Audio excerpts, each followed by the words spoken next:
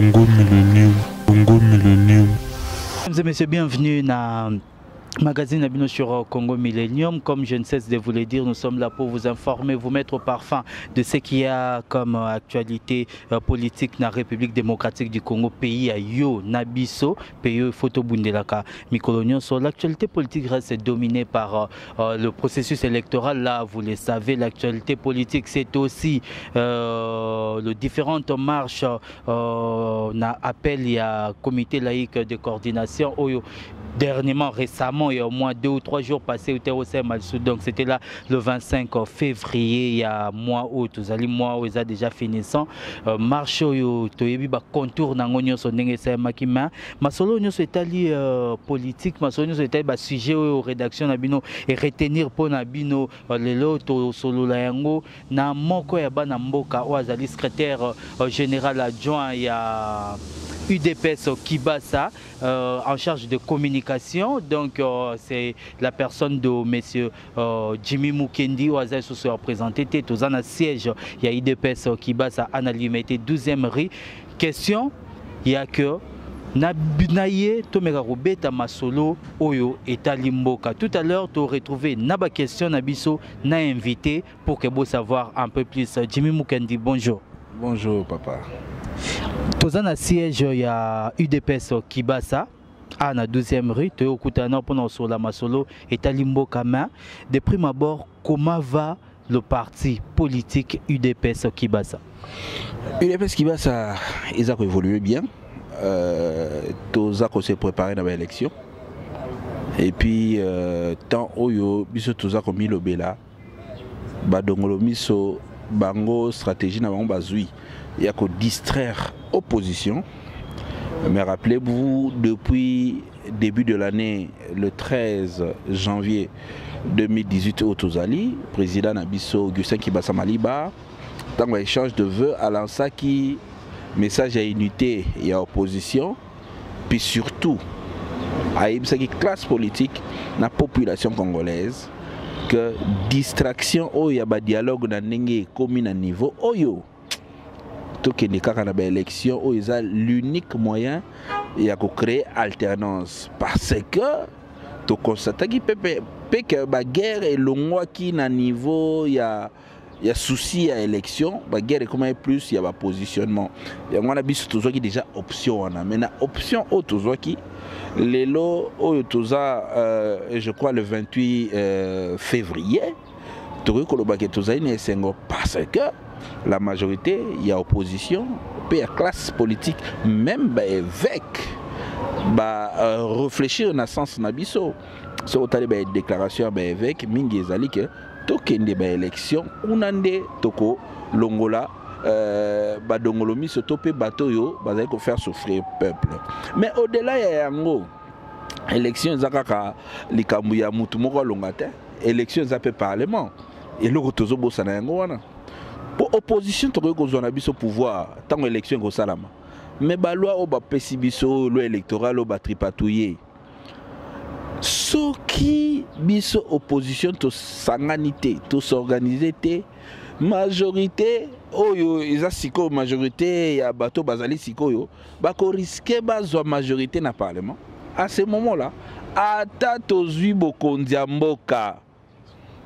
Vous ne trouvez pas que c'est déjà retardé parce que le électoral déjà qui vote? Que je te dise une chose. Retard à mon côté Ezali. Pourquoi? Parce que tout va se décider dans le niveau de la population. Au Monibiso, UDPS, les expériences à Moulaï. Lelo, on parle de Kibasa et Tshisekedi, UDPS Kibasa, UDPS Tshisekedi. Lelo, dissident, c'est comme belé. Et ça d'abord, histoire et UDPS. Histoire politique et Mboka Oyo. Donc, Congolais, pour la plupart, ceux qui sont en MPRT, UDPS. Et puis, les politiciens mingi, classe politique, il y a Lelo. La plupart, au bazar socialiste. La plupart au banda politique kala baleka par UDPS bakoye bisayo. C'est une grande école. Na expérience politique ya mboka na biso. UDPS a lancé tant. Ce qui UDPS a lancé tant. Population population akokomisa yango ya ye et tant que population akokomisa yango ya ye monguna akoleka na yeti. Preuve ezali tout ce qui vient de se passer avec CLC. Avant les 31 qui parlaient de CLC, les 21 janvier qui parlaient de CLC, les 25 janvier qui parlaient de CLC. Mais na CLC ba ibso ke leader aza. Na CLC ba ibso ke candidat azali. Na CLC ba ibso ke Mosengo to église catholique ba longola soutani ba comme ba candidat. Pas du tout. Politique et ko sala mala politicien. Oh, politique peut tant boza ko sala ngo. Maye les sengeli ezala. Donc na zoni na likamunanga ya parlement. Donc Togo ko zo pouvoir. To se pelé toi la président de la République quasi majorité de l'Assemblée nationale, Sénat, député nani Assemblée provinciale dominée par Bandero Nabiso Yangambo, Bosani, Totoro Sarani. Ne place Oyo, président Guissé Kibasa à l'Obaki, que tous ces distraire, il était tantôt réfléchir élection. Élection, c'est la politique, c'est la juridique, c'est la technique, c'est la paix stratégique. Donc c'est le moment, parce que tout le monde prétend que Azana a moyens et politiques, et juridiques, et stratégiques, il y a une élection, il y a une opposition, Azalité, Moutounion sort à la jeu d'alliance, et surtout que même au niveau présidentiel, un coup une flamme, donc Moutouto Rolinga, tout ça là-bas ensemble est efficace pour tout créer une vraie alternance. Sinon, tu as la distraction, parce que le gros but de la démocratie. Tobo va pouvoir y a mandako. Tobo va pouvoir y a dialogue parce qu'il y a ngona tout ça li concertation cité de l'OIA dans le centre de diocèse nyonso et déboucher quand on a débauchage. Ça n'a pas servi le Congo. Il est grand temps tout le cas l'égalité légitimité. La population et puis population on a tout ça la musala ponaye. Yango anande esengeli ba politicien basala mokolo lelo. Dimu kendi na retenir elo mona makambo lobi ezak UDPS qui va se préparer pour na élection oui candidat na bino nani bo se préparer. Comment est-ce que l'opposition dans l'ensemble s'est préparée pour que et soit réellement alternance. Je dis ça pourquoi? Parce que l'année passée, UDPS qui bat ça lance qui mouvement il y a réunification, il y a UDPS, vous en êtes où avec cette démarche? Bon, je crois que première partie, il y a question à yo, et ça là qui déjà peut-être vidé na o na outi koloba par rapport il y a kosangana bandi ko position à l'axe importance. Il y a la nécessité, il y a essayer tout ça.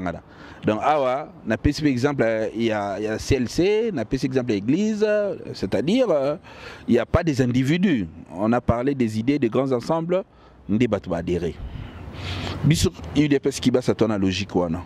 Loucha a pécidé mourir malamu, on adhère. Filimbi a pécidé mourir malamu pour développer Mboka, on adhère. Vous comprenez? Bandeko na biso ya UNC, MLC, ba pesi de mon malam pona mboka. On adhère. C'est ça l'esprit ya biso socialisme o to bundelara tongo midi pourquoi? Tout ça ka socialisme était ya kolobaka que non boye tout ça UDPS non. Biso sur le plan idéologique to yebi oyo to zali. Mais quand na question il y a réunification, ça question mon munene, question mon malamu. Ngai selon analyse on a ko sala lelo réunification na ndenge batu bakokai ko monela yango eza à deux niveaux. Réunification et ko salema politiquement et puis réunification oyo et ko sala que désormais to sala makambo ensemble penza totalement eza réunification juridique. Or, la réalité, il y a eu des PS, et c'est là que, depuis le dialogue intercongolais, l'existence juridique, il y a eu des PS. Tu sais qui dit? L'existence juridique, il y a eu des PS qui bat ça. Rappelez-vous, le dialogue. Sous des PS qui bat les baguettes. Et on existe à rater. On existe à rater. On a un congrès, ça. Bien, vous avez un journaliste, il faut beau ça la makambo bien, beau yébapé makambo. Juridiquement, UDPS qui bat UDPS qui bat existe à rater. C'est-à-dire, au rôle de UDPS ou Kena El Yachibala, c'est l'UDPS qui sait qui dit. Vous comprenez? Pour Bangonio, c'est pas émanation UDPS Tshisekedi. Kabound, Félix, Moubake, Chibala, Bangonio, Nagoba Xawana, Sami Badi Banga. Bango tout, c'est UDPS Tshisekedi. Bangonio, c'est pas émanation Wana. Ce n'est pas UDPS qui bat ça, la réalité juridique. Donc, UDPS Moubake, ça veut rien dire. UDPS, parce que Bangomo va se reconnaître légalement.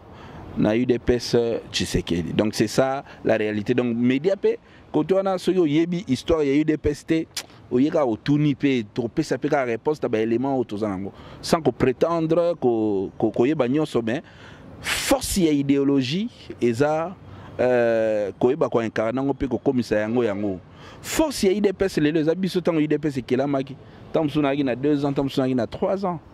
Mais les lots oyo, je me retrouve parmi les cadres UDPS, c'est que sociologiquement, idéologiquement, c'était un grand parti. Et puis, c'était un parti oyo, et Sali Moussala Namboka oyo, à travers le monde, petit les lots, ils allaient continuer au Salam Moussala. Autant Afrique du Sud, ils faisaient la fière na UNC na Bango. Autant Bamboka monsieur faisait la fière na parti socialiste to na parti républicain na bango autant RDC et Sengeli ezala sans sonner à la fière UDPS parce que UDPS est mené par révolution et belé na mboka oyo donc mutu akoy ko boya yango azate. Politiquement aujourd'hui avec UDPS Tshisekedi on parle presque le même langage. On est en train de nous battre pour le même combat. De ce point de vue, tout le monde a bazoi moi makambo papa Koufaki biso bataille UDPS qui basa to kendaki biso pe awa to célébrer qui année passée 14 ans il y a décès il y a président Frédéric Kibasa Maliba tout le monde a Félix ayaki pe pana biso kota la biso. Vous dire vrai, il y a beaucoup de fil to solo la kitoko. Quand il y a des soucis, on s'appelle. Quand il y a des problèmes, to fandara to solo la. Donc nous c'est ça qui est important to yaka nango libosa ba caméra. Mais et là qu'on a la possibilité pour l'instant ezali côté juridique parce que bon y a déjà des problèmes au ezali na niveau du ministère de l'Intérieur pour la parti politique. Oh parti boy ezaki ya mutu boy alongwe batikeli batu boy. Bon les gens aiment bien les termes hein, mais ngala za mingi pe na ba terme té oh dédoublement on dit ça veut rien dire dédoublement. Dédoublement ça veut rien dire. Non, il faut le cas généalogie likambo. Je ne suis pas pour, je ne suis pas contre. Et moi, je le dis, naba politicien aiguisé, maïele, bayebi bien que même pour adhérer à la structure, même pour adhérer à une idée, il faut qu'on crée l'égalité. Erreur grave au rassemblement, ça va être bandé. Et ça pour titier bandé au rassemblement, mais tu y es bien au salama namboka oyo. Quelque part, quand on fait la politique, et c'est que niveau politique, niveau juridique, niveau diplomatique, bisogno se trouve qu'on a un discours populiste. Autant on apprécier des konangai, pas bon, on a cité dans les médias, des konanga Mike Mukebai, des konanga Daniel Safou, des konanga, je sais pas moi, Peter Tiani, ce bon ça analyse, tout moi qui extrémité na bango maloba. Autant on apprécie la façon dont on ça là en tant que homme des médias, en tant que les leader d'opinion, autant que dans les partis politiques, on a besoin de fins diplomates, on a besoin de fins communicants, on a besoin de fins stratèges pour arriver à l'objectif. Match, dans le foot, ils ont attaquant. Gardien pas jouer un rôle, il y a makasi pour se négliger gardien. Beaucoup de ça va bien. Vous comprenez? Donc niveau politique yangoana, UDPS qui va ça, tous à peine style la biso, il y a la makambo. Parce que ceux qui te zongi, parce que nous on respecte toujours ceux qui ont vécu. Fondateur à UDPS, comme on a 13 parlementaires, on a oh tout bayaka après. On respecte parce que ce sont des gens à un certain moment ils se sont battus pour ce pays. Donc nous devons leur respecter. Même devoir d'histoire, nous serons obligés de leur respecter. Mais ceux qui ont tali, tous ces gens-là, qui ont travaillé pour le pays, tous ces gens-là, Oyo, Banyo Kwama, pour stratégiquement, et Loko IDPS Ezala, Nabon Moï, quelque part, on se dit aujourd'hui que batona bazaka ba précurseur bazaka maele. D'abord tango directeur et alaka ba occuper ba secteur ya ba langue nyonso. Côté sur Elifone qui basa alaki, côté Baluba Tshisekedi alaki, côté Équateur Liawazaki, côté Nekongo Mbwankema alaki. Déjà complet. Et puis so tali na kati wana. Bango nyonso baraki bato a choté. Parce que le fondateur Etienne Tshisekedi, pour des raisons d'histoire, Toriko Lobango, avant côté la directoire Azalaka, secrétaire national chargé à mobilisation. Donc Azaki déjà Moutouya, Soka Boaki Boekei. Azaki déjà Moutouya, donc autre Koloba Moto. Tu vois? Et il était avec la base. Il y a Moutou, Azaki Soki, directeur et Betty Masolo, c'est lui qui jouait ce rôle-là. C'était une force aussi. Mais côté naïpe, côté droit, Liawazaki wana kangaki mutolekati. Oye côté politique, oye côté benga machine F. Frédéric Ibasamali Bazawana akola. Plus rigoureux que Yé au Koufi Azalate. Et c'était parmi les rares, bien qu'il était président, préséant dans l'UDPS, mais Soki Basengi premier ministre, Masayo Mutana Gaz. Yomutu Tochayo Jeza Kotoan les lois batebele baza bongoti vous comprenez. Donc c'est pour dire que n'ebe esprit na biso ba wenge mikolo n'ebe esprit na biso comme ça ba président ba parti politique banzambe et ils ont fonctionné tout loba que méthode wana échoué les lois CLC ils ont réussi parce que ba yembela mutu te parce que ba comme ça mutu moko te nzambe mais parce que bana discours à makasi tozongisa esprit wana ya ba discours ya ba maloba ya makasi oyo ko changer population oyo ko faire évoluer. Donc stratégie wana ya kala yango pe esala que UDPS et vivre bato nyonso bazala malamu. Donc moi je pense que la façon de faire les lois en opposition tout le monde ba faiblesse ya ba petite dictature auto entretenir dans ba parti politique na biso to boka en pembeni to kota siko dans leur fait to kota na réalité yeba importance à moninga yeba que moninga ko mener boy yo pourquoi mener boy puis bo évoluer ensemble. Bon, la plupart bateau babanga la trahison bango pour la plupart ba ba tête ngala ko fana na yo te na lo bagena yo ko trahir nga non non non non fana na parce que za congolais mais ceux qui lobby et qui avis na yo et converger na oyangate tout dépend mais tout long la logique ya que ceux qui yo sel kambu ndez arabien ceux qui ya sel kambu ndez amabe. Jimmy Moukendi, avant que tout se sépare dans le dossier Italie UDPS, une dernière question sur quoi répondre en attendant 30 secondes et ça la mieux. D'aucuns pensent que l'UDPS, l'UDPS Tshisekedi se meurt à partir il y a disparition, il y a président Nayangoyo, pensez? Non, mais ce qui est vrai, Etienne Tshisekedi de Moulumba, c'était pas un petit monsieur, c'était un grand calibre. Il était candidat président de la République dans ces pays. C'était un grand monsieur, c'était un grand leader. Et puis il y a des leaders nyonso, ils ont des leaders amitiés pe botak. Ils ont des ambitions pe botak. Ils ont une école. Nous avons vécu plus que ça. Quand Kiba Samali a été décédé, on a vécu plus que ça. Il y avait des fondateurs, il y avait même des gens qui ont changé le nom du parti. Oh bah comme ça. Comme on a bango. Oh, où tu le bas tantôt. Et Salama déjà, on a eu des pesques qui va ça. On te pena l'ongoli combo. Parce que yé nem tazawana a Chesigoyo, UDPS XY. Et Salama. Donc, tu vois que le bac, tant que baoba koi, il sera toujours dans moi effet. Mais à un moment où Dieu va traverser. Parce que, la partie politique, il faut peut-être réfléchir à la succession. Il faut tout le bélango sans embâche. Il faut tout prévoir en oh non, en Afrique, il faut tout changer parce que et on peut ça limite nango. Pour moutako kufa na combat parti politique mbala moté, to moutako kufa na système mbala moté. Donc il faut toujours qu'on prévoie après pour batunyo so pe boya si mambala bakeno ngada ko adhérer wana parce que vie à parti est assurée. Donc ko kufa leader ezai loko malamuté. To pe ko zanga leader à un certain moment. Bon, sur le plan stratégique aussi, même sur le plan il y a marketing et ils ont rappelé faiblesse, il y a une organisation où ils ont réincarné dans un individu.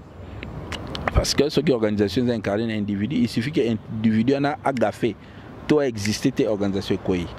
Donc, quand il y a bandeko, il y a eu des pestes je crois, ils ont politique aussi juridique. Parce qu'aujourd'hui, la ministère intérieure, c'est le nom d'Étienne Tshisekedi de Omlumba Dezali.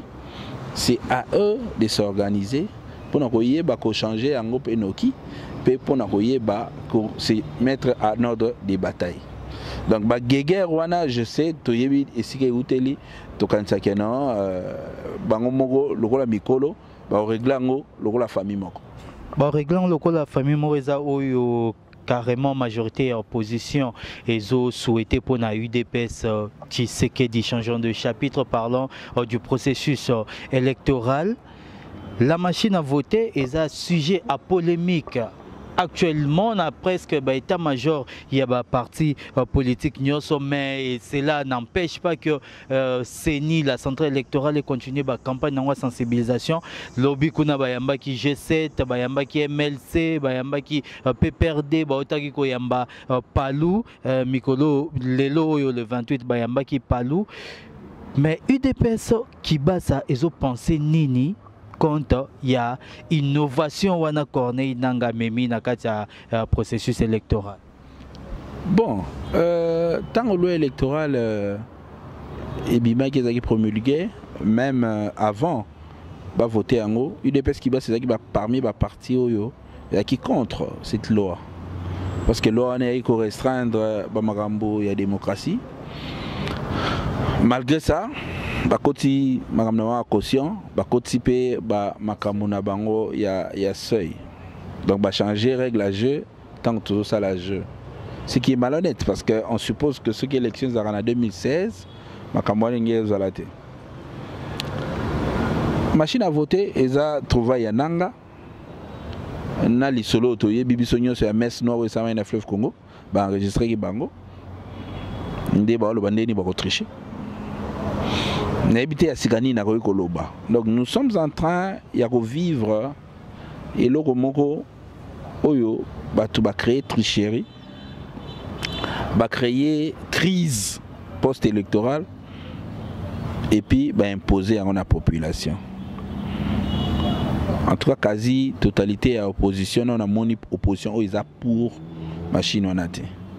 Donc quand on est nanga soka aux alamukolo à la machine à qui on imprime le bulletin to voter manuellement c'est plus facile peut to mesana ko cocher si ma to tangi to suba PV na biso to bundani na ngonde to mesana lo ni bo reprocher na machine ba lobi que nous eza ko alléger coûte et là on a reproché neti lelo avion na peso za lelo ya sika et là on a reproché le fait qu'ils ont ça la unanimité te batunyo sur position ba boyina bango ndi na reproché ngwa ngai en tant que oigana ki mutema mabe bien ba même va espère pour nous certifier que non et logo est aussi mbaté na makamna bis la légalité mo te soutenir machine à voter bolo électoral et soutenir en côté zate na katalo électoral malheureusement et la légalité mo te soutenir et puis classe politique et boy nango yango bon moi je ne sais pas.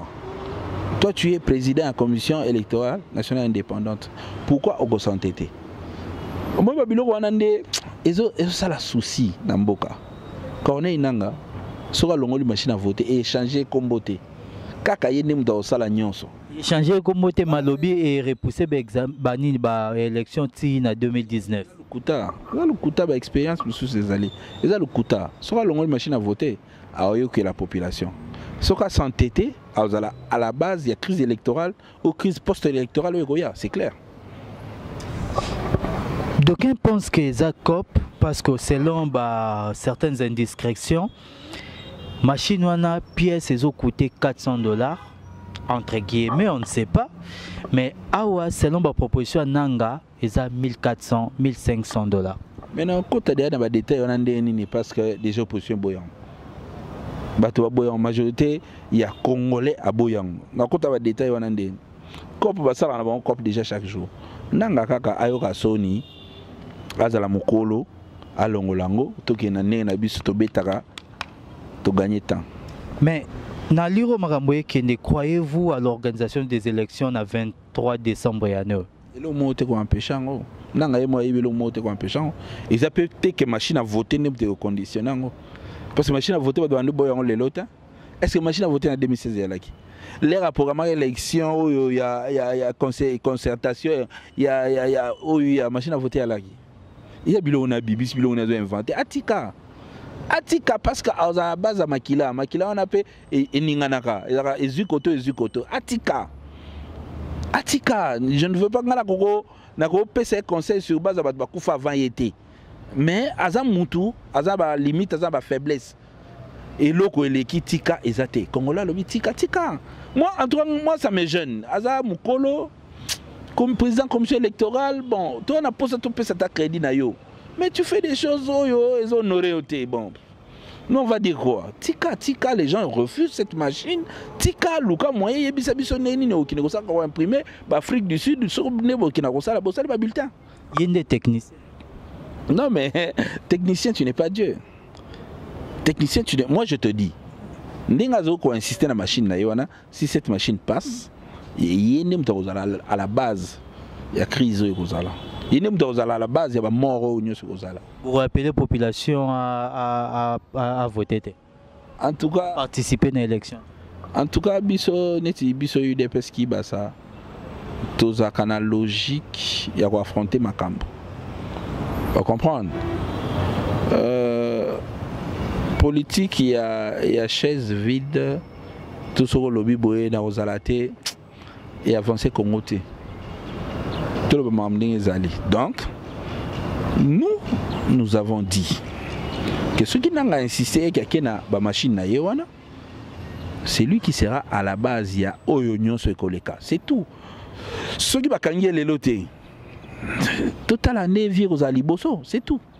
Tala, eux, bon, tout ça, tu l'as raconté. Tant que vous avez un piquet. Au sano balana aux ukoboye au limbona aux ukoboye au limbona mais comme on a ba million moko boye OK bomba na Suisse to bomba so ki wapi ale bakangyo yango mona moko moyo liango ezate ba mapango belo sombi jamais rola lango nzela moko o etika la keza combo etika la za moto c'est très important. Dernier sujet à entretien à biso ya mukola lelo na Jimmy Mukendi 19 décembre 2017 19, je dirais 31 décembre 2017, 21 janvier 2018, 25 février 2018, date etikali peut-être souligné en rouge dans le calendrier de la République démocratique du Congo. Pourquoi? Parce que ça date ils ont marqué l'histoire politique de la République démocratique du Congo actuellement. Dernier appel, il y a comité laïque de coordination, c'était pour dire non à la dictature, comme contrairement il y a appel qui fait précédemment. Et encore une fois, la République démocratique du Congo a compté des morts. Et n'a pas blessé pendant marche où ils ont dû la répression, il y a la police congolaise selon discours il y a Batebele. Vous de l'IDPS qui bat ça, quelle analyse faites-vous n'a pas appel au yaba laïque et puis na comportement il y a gouvernement vis-à-vis à appel ou yaba laïque? Bon, nakoloba neti ba analyste mususu teo baloba que congolais azana mémoire courte. Non, je ne le dirai pas. Mais lutte politique des fois linéaire parce que et pour ça n'a temps et puis au salima nion sur salama les conséquences au salama lobby. Qu'est-ce que je veux dire par là? Avant Badato cité, il y a eu un 19 septembre 2016 dans ce pays. On a brûlé les gens vifs.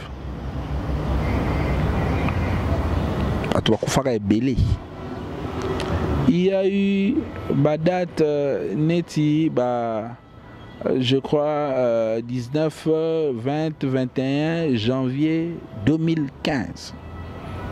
Il y a eu des gens qui ont reçu des balles, qui sont morts. Oyo, tu as une histoire, il y a une fausse commune. Il y a eu un certain 30 novembre 2017 à Awa. Marche, il y a eu des gens qui étaient arrêtés, agressés, et même notre président du parti, Augustin Kibasa Maliba, a été arrêté. Dans un groupe, il y a des combattants UDPS Kibasa, vous vous rappelez. Donc, tout ça, avant tout comme le 31, il y a eu ce qu'il y a eu dans ces pays. Il y a eu le 31, le 21, le 25. Nyonso wana batu, nyonso bakufi wana. Yapone loko moko. Trop synthétisant. Alternance. Guerre n'a respect article 64. Guerre n'a rechangé constitution T. Guerre n'a carte jaune, carte rouge, carte nini. Guerre n'a contre la dictature. Guerre n'a to respecter ba accord, to respecter ba nina des crispations. Nyonso on a pona eloko moko. Alternance.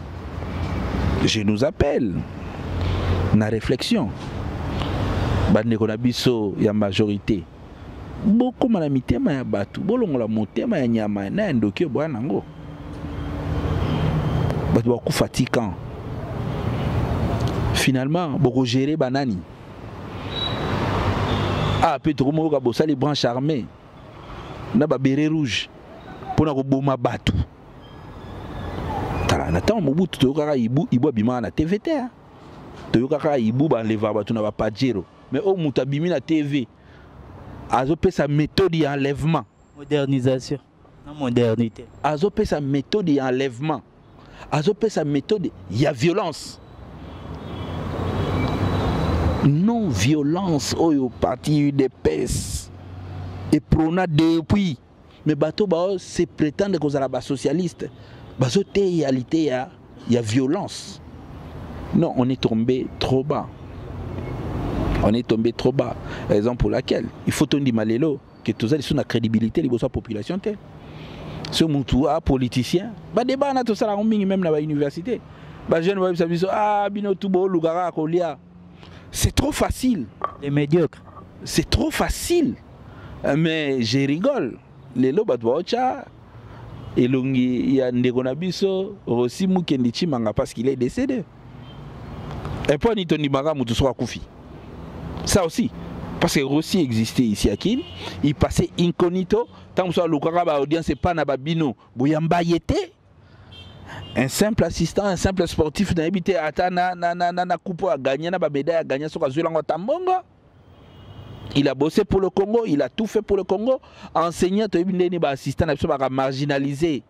Même pour transport on sait comment est-ce que ça fonctionne. Mais les lobbies n'ont pas beaucoup de statut, na WhatsApp, na Facebook. À combien l'engit? Mais pourquoi tu dis manakate?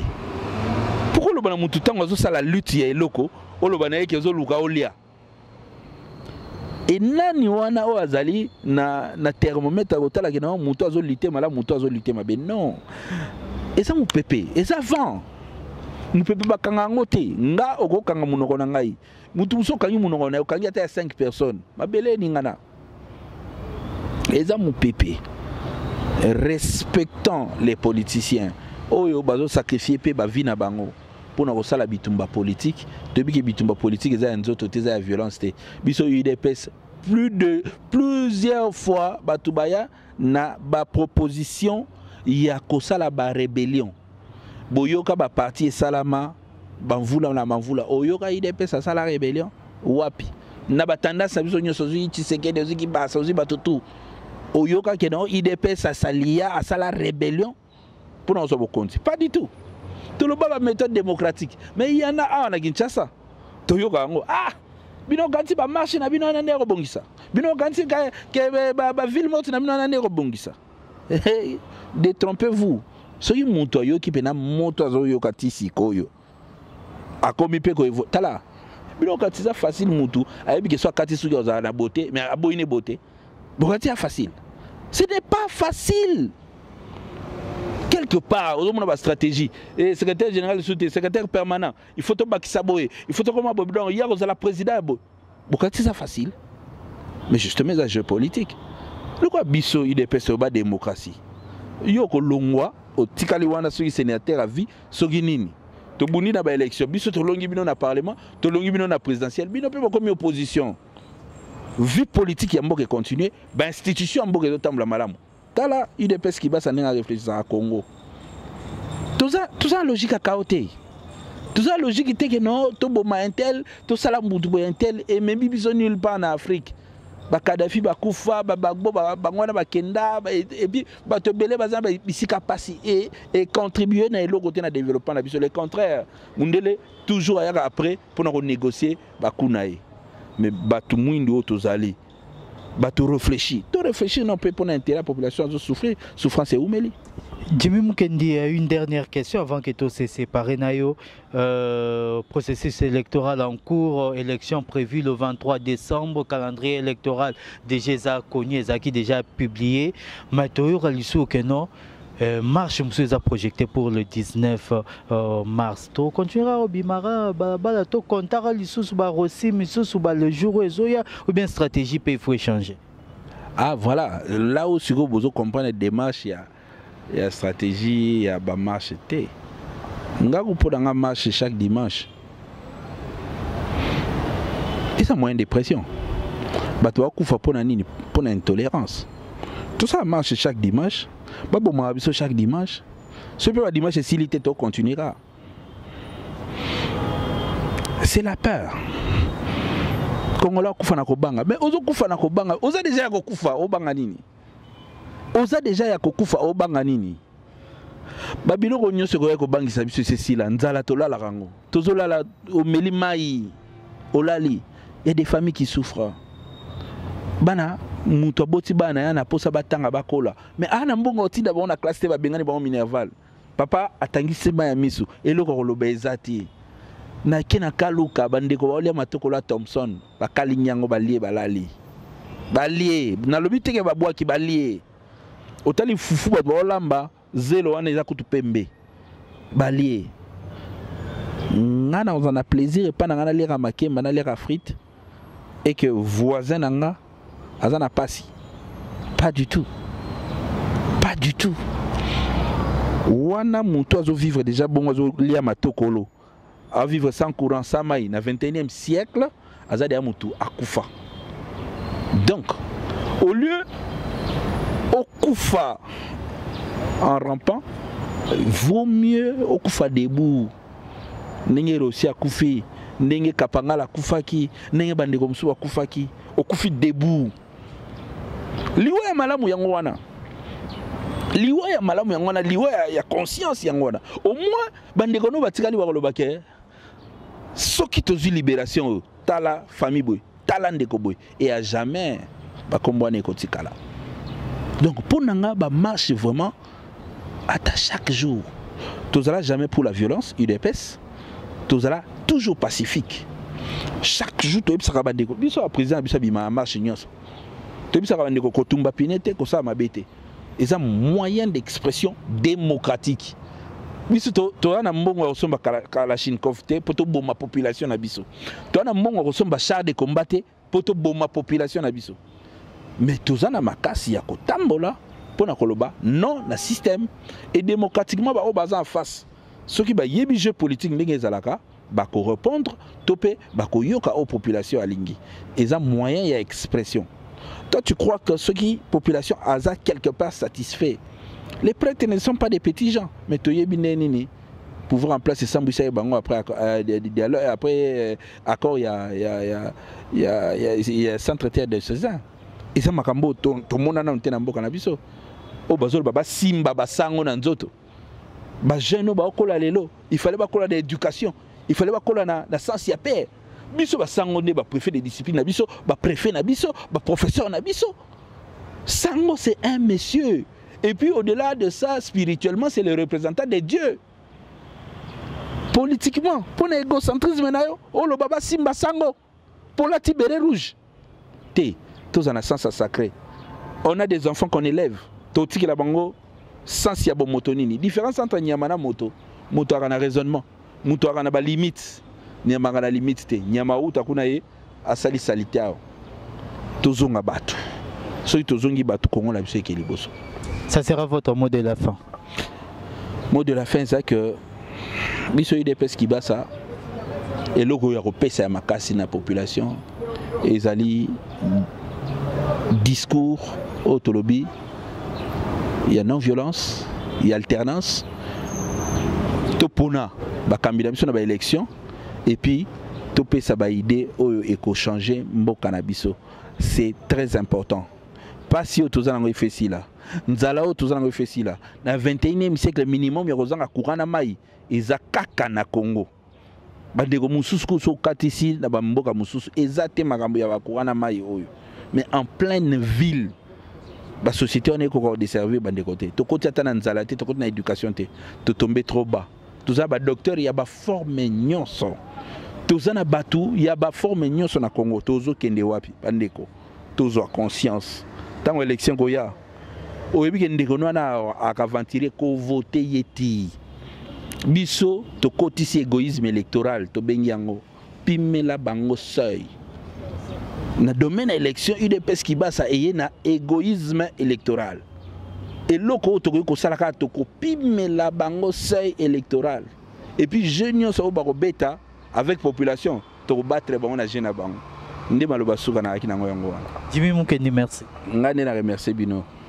Tokomi na suka ya émission na biso ya mokolo lelo bomoni na biso tota yamba Jimmy Mukendi azali secrétaire général adjoint en charge de communication ya UDPS Kibasa Maliba toza na siège ya UDPS Kibasa Maliba na eto soli masolo etali mboka juste ka pona ko expliquer bino o nini ezoleka au quotidien na République démocratique du Congo ma prochainement peut-être to lukasu to kuta na yo pour que to sola na yo pe masolo etali mboka mais pour que au kuta na biso et assez simple vous faites le plus 243 81 29 10 500 le 084 71 98 360 0 wana numéro ya WhatsApp donc 084 71 98 360 pour na ba texto ou bien ba appel na bino là vous faites le plus 243 81 29 10 500 pour que tous na banda kuna bino ou bien na ba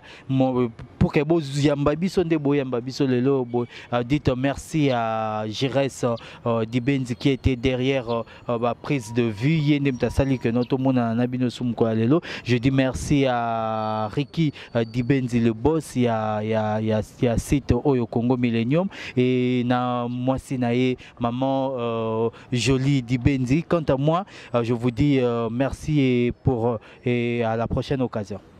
Congo Millennium, Congo Millennium.